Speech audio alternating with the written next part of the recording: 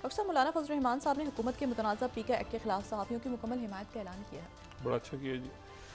अच्छा, मैं इसमें थोड़ा सा मुझे ये मैं 34 स्लाइड में दिखाना चाह रहा हूँ।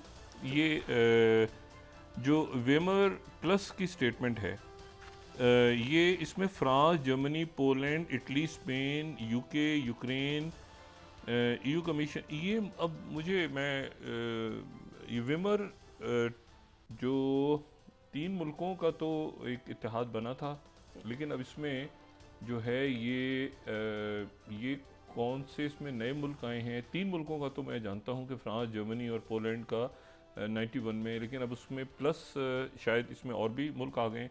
तो उनकी तरफ से ये ऐलान आया है कि इंडिपेंडेंस और सॉवरेनिटी को हम जारी रखेंगे, यूक्रेन की हमारी जारी रखेंगे और वगैरह वगैरह, सारी उनकी तरफ से बात हुई है यूरोप की तरफ से। क्योंकि देखें, यूरोप जो है ना, ये अमेरिका की इस वजह से यूरोप के अंदर बड़ा टर्मोइल क्रिएट हुआ, प्रेसिडेंट मैक्रोन, बाकी लोग सारे। लेकिन ये है कि उन्होंने, प्रेसिडेंट ट्रंप ने एक और एग्जीक्यूटिव ऑर्डर साइन किया, और वो जो एग्जीक्यूटिव ऑर्डर है उनका वो ये है कि one voice for America foreign relation 7th, America के फॉरेन रिलेशंस पे एक बात होगी। अब मुख्तलिफ लोग मुख्तलिफ बातें नहीं करेंगे। ये बड़ा इंपॉर्टेंट एग्जीक्यूटिव ऑर्डर उन्होंने निकाला है, ठीक है।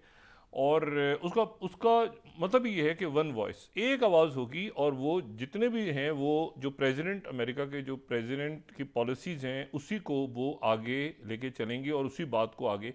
फिर उन्होंने रिफॉर्म्स की भी बात की है, उसके ऊपर फैक्ट शीट भी आई है वाइट हाउस से। 9th अगर हम दिखा सकें फैक्ट शीट के establish one voice for America foreign relations के, एक बात होगी, मुख्तलिफ मुल्क मुख्तलिफ बातें लोग नहीं करेंगे, और रिफॉर्म्स भी होंगी, ठीक है ना।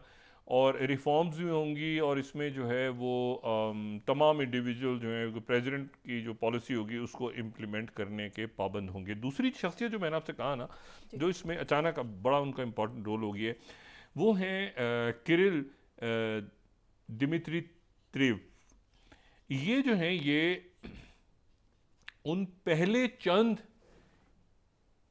यूक्रेन से ताल्लुक़ रखते रशियंस में से थे जो कि एक्सचेंज प्रोग्राम जब सोवियत यूनियन के ख़ात्मे के बाद अमेरिका से शुरू हुआ, तो ये अमेरिका चले गए और इन्होंने वहाँ पे पढ़ा और बड़ी तरक्की की। ये तालीम में भी बहुत आगे गए, और इन्होंने उसके बाद जो है वो गोल्डमैन सैच्स के साथ इन्वॉल्व हुए, वॉल स्ट्रीट पे बहुत आगे पे। उसके बाद ये 2000 में वापस आ गए, सन 2000 में।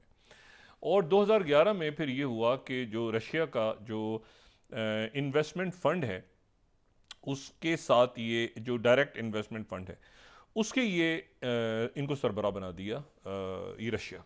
अच्छा, ये जो फ़ंड है, अगर किसी ने समझना हो कि ये फ़ंड रशिया का, मतलब एक होता है ना ऐसे ही कोई फ़ंड है भाई किसी मुल्क का, बेकार सा फंड है, नहीं, ऐसा नहीं है।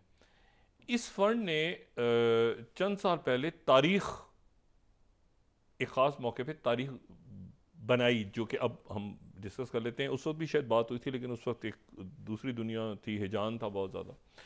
वो ये थी कि इनका जो फंड है, इन्होंने सबसे पहले जो कोविड के अगेंस्ट वैक्सीन थी उसमें इन्होंने इन्वेस्टमेंट की रशिया में, जिसके नतीजे में स्पुतनिक आई। स्पुतनिक जो है, जो सबसे पहले वैक्सीन आई है उस वक्त कोविड के अगेंस्ट, वो, और जो है वो, लेकिन उसको ये हुआ कि उस वक्त जाहिर है कि दुनिया किसी और जगह थी वो, तो मैं लेकिन आपको सिर्फ ये वो शख्स हैं जिन्होंने, देखिए, रशिया ने स्पुतनिक बनाई। पाकिस्तान में आपको पता ही है, शुरू के मुल्कों में, यूरोप में भी कई मुल्कों में स्पुतनिक आ गई थी, इंडिया में भी स्पुतनिक, लेकिन इंडिया, बहरहाल मैं सिर्फ आपको ये बता रहा हूँ, बाकी दुनिया में भी स्पुतनिक बहुत गई। लेकिन ये कि वो, मैं आपको सिर्फ 2021 का की 16वीं स्लाइड रिमाइंड करवा दूँ, 16 की Russian vaccine Sputnik 5 more than 90% effective in interim trial. और फिर उसके बाद न्यू साइंटिस्ट ने 17 स्लाइड, ये दिसंबर 2021 में कहा था कि why won't the west embrace Russia's high effective कोविड-19 वैक्सीन।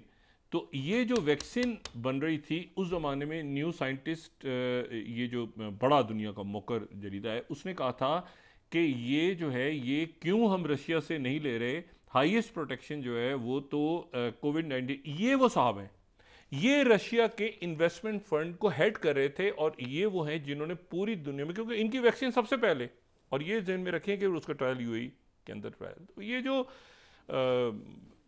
मुख्तलिफ इस वक्त आप समझ लें कि खुल के जंगें भी हो रही हैं लेकिन खामोश डिप्लोमेसी भी हो रही है। यानी आप मुझे ये बताएं ना कि इलॉन मस्क वहाँ पे उन्होंने दुबई के अंदर उनकी स्पीच सुनने वाली है। मैंने आपसे कहा ना कि वो इंटरेक्टिव स्पीच है, और मैं तो बड़ा टाइम मैनेजमेंट पे हैरान हूँ कि इलॉन जो है उनकी टाइम मैनेजमेंट भी, वो गवर्नमेंट में भी काम, साथ ही वो एआई के ऊपर भी, बाकी भी डिप्लोमेसी में भी, दुनिया भर में। अच्छा, तुलसी गैबर्ट जो हैं वो जनाब फाइनल हो गई, सेनेट से उनका अप्रूवल हो गया, कल उन्होंने ओथ भी ले लिया। और तुलसी गैबर्ट जो हैं वो उनसे कल मुलाकात भी हो गई इंडियन प्राइम मिनिस्टर मोदी की। एग्जैक्ट मेरे पास टाइम नहीं मुझे पता कि उनकी और प्रेसिडेंट ट्रंप की कब मुलाकात होने जा रही है, लेकिन तुलसी गैबर्ट से मुलाकात होगी। पहली खातून होंगी जो इसको डायरेक्टर नेशनल इंटेलिजेंस को, वाई से इनका ताल्लुक़ है।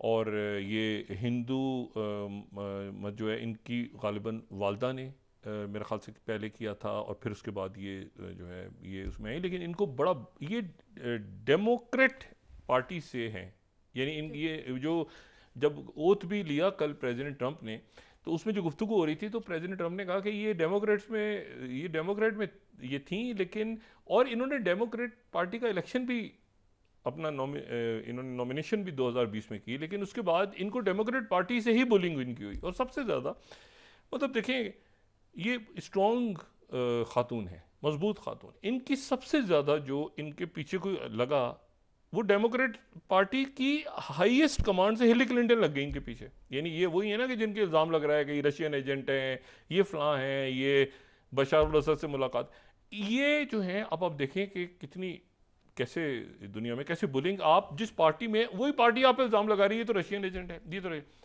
ये वहाँ से निकल के जब इन्होंने कल अपना ओथ लिया तो प्रेसिडेंट ट्रंप ने कहा कि मुझे पता है बहुत पहले से कि तुम्हारे अंदर एक, और प्रेसिडेंट ट्रंप ने कहा कि ये रिपब्लिकन नहीं है, लेकिन मुझे पता है आप तुम्हारे अंदर एक रिपब्लिकन है, और मैं इसलिए मुतासर हूँ कि तुमने वो जो बुलिंग और सारा होता रहा तुम्हारे साथ, जो कुछ हुआ, जिन मराहल से तुम गुजरी हो और इल्ज़ाम और आगे पीछे तुमने उसका मुकाबला किया।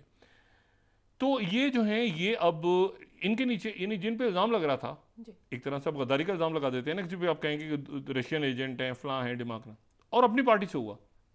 इनके अंडर अब 18 इंटेलिजेंस एजेंसीज काम करेंगी, 18 इंटेलिजेंस। अब देखें कि वक्त ये ज़ेलेंस्की ने कभी सोचा था, मैं आज ये अभी देख रहा था थोड़ी देर पहले कि BBC for 40th flight, it's a new reality, US stance on Ukraine a bitter blow to Zelensky, ठीक है ना, बिटर ब्लो टू ज़ेलेंस्की। और वहाँ पर जो है वो BBC ही कह रहा है कि Europe caught out by surprise 27 अगर देखें, Europe caught out by Trump's Russia move. और इसमें जो है वो जाहिर है कि अब यूरोप खड़ा होगा, लेकिन यूरोप के लिए चैलेंज बहुत ज़्यादा इसलिए है। एक तो बात ये है कि ज़ेलेंस्की तो, अच्छा जो बात हुई ना, गुफ्तगू हुई, तो प्रेसिडेंट ट्रंप ने उसके बाद लोगों से भी बात की, तो रिपोर्टर्स के साथ भी ज़ेलेंस्की का जिक्र आया, तो ज़ेलेंस्की ने कहा मेरे साथ भी बात हुई है। प्रेसिडेंट ट्रंप ने कहा मुझे नहीं, बोलने का वो JD वैंस और वो मार्को रूबियो मिल लेंगे ज़ेलेंस्की से। ज़ेलेंस्की ने कहा मुझसे भी बात की और मैं भी चाहता हूँ कि मैं इन मुज़ाकरात का हिस्सा बनूँ।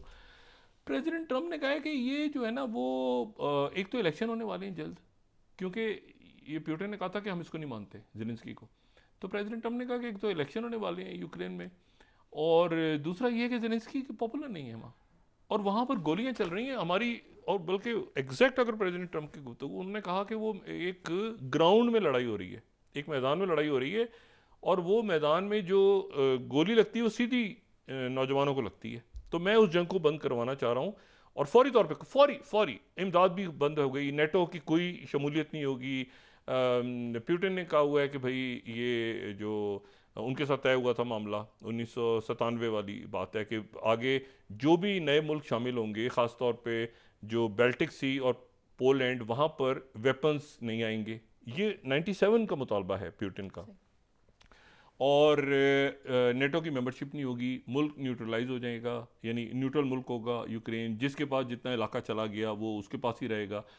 तो ये मेरा ख्याल है कि इस पे जो है ना वो यूरोप ने खुद खड़ा होना है, नई रियलिटीज़ के साथ यूरोप खड़ा होगा, इस क्राइसिस से निकलेगा, लेकिन एक बहुत बड़ा क्राइसिस, और ऐसा क्राइसिस जिसमें वेपन्स भी, और साथ ही ऑडिट शुरू हो गया उसका कि तुम्हें जो पैसा दिया है वो कहाँ से तुमने पैसा खाया है। अमेरिका ने साथ ही ये कहा है कि यूरोप ने सिक्योरिटी इसकी करनी है तो कर ले, लेकिन यह है कि जो फ़ौज अगर जाती है बरतानिया EU की, तो वो आर्टिकल 5 के अंडर नहीं होगी, यानी नेटो के अंडर नहीं होगी। किसी मुल्क ने खुद मदद करनी है तो अपनी फ़ौज भेज दे और रशिया से लड़े, नेटो के अंडर नहीं होगी और अमेरिका उसका हिस्सा नहीं होगा, ना अमेरिका के वेपन्स यूज़ होंगे, ना अमेरिका की एड जाएगी। और पुतिन उधर से खुश हैं कि भाई ये जो उनका तवील अरसे से, और इसी सिलसिले में स्टीव विटकॉफ जो यहाँ मुआहदा करवा रहे थे, उन्होंने वहाँ से, और वो जो कैदी रिहा हुए हैं उसमें ये रशियन इन्वेस्टमेंट बैंक जो फंड है उसके हेड और सऊदी अरेबिया ने रोल प्ले किया। और फिर सऊदी अरेबिया में जो है वो मुलाकात होने जा रही है।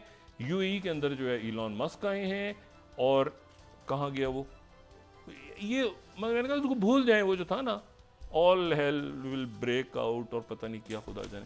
नेतन्याहू भी, और आज दोबारा केस शुरू हो गया उसके ऊपर ट्रायल वाला, तो नेतन्याहू और ज़ेलेंस्की दोनों अंडर द बस। तो बस यहाँ तक जो है ये मेरे ख्याल से ठीक गया। जो आगे अल्लाह करे कि अमन हो, इसमें ये दोनों जंगें ख़त्म हो। एक तो जंग है, एक कत्ले आम है, वो ख़त्म हो, और साथ ही उधर की जंग जल्दी ख़त्म हो। लेकिन ये है कि इसमें